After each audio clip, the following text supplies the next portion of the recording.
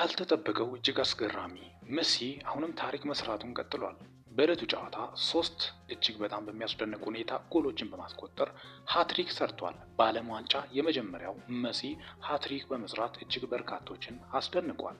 እጅግ አስገራሚ በተለይ በሮናልዶና በመሲ መካከል ልዩነቱ በጣም የጎላና ምንም ጥርጥር የለውም በማለት በርካቶቹ ሀሳባቸውን ሲገልጹ፣ ከፊሎቹ ደግሞ አሁንም ሮናልዶን ጀግና ጎት በማለትም ቀጥሏል። ታዲያስ የእናንተ ሀሳብ ምን ይሆን?